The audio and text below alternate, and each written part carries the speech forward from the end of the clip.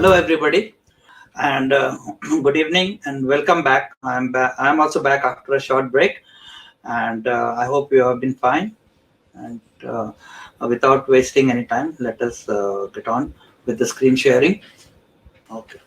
Okay. Let's start. Okay. So this is the fourth session of my Saturday evening podcast on health awareness, a journey which I started with all of you about a month back, and we continue discussing very, very relevant health issues in the context of the pandemic which is going on and how it is so very important. So I'll show you all of them. This is about the history. So basically, polycystic ovarian syndrome is a disorder with many phases. So there are a lot of things going on, and that may present as a combination.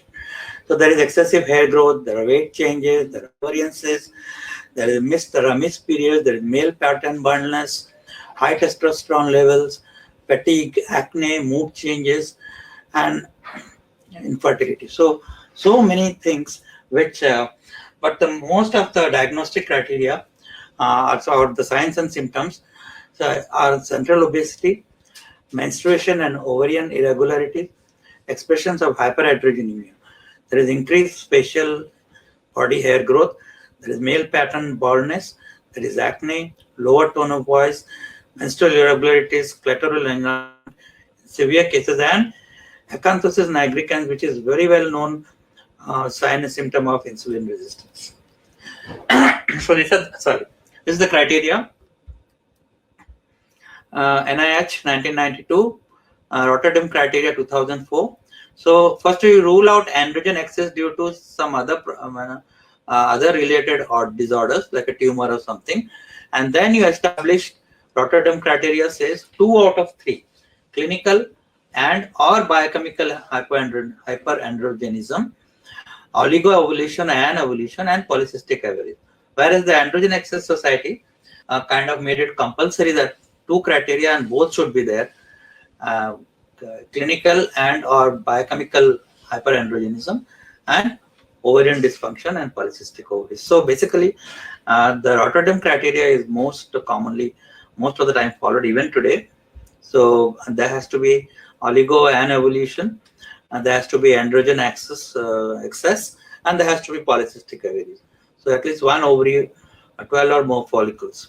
Okay, measuring more than around 2 to 9 millimeter in diameter, which can be picked up in the ultrasonogram.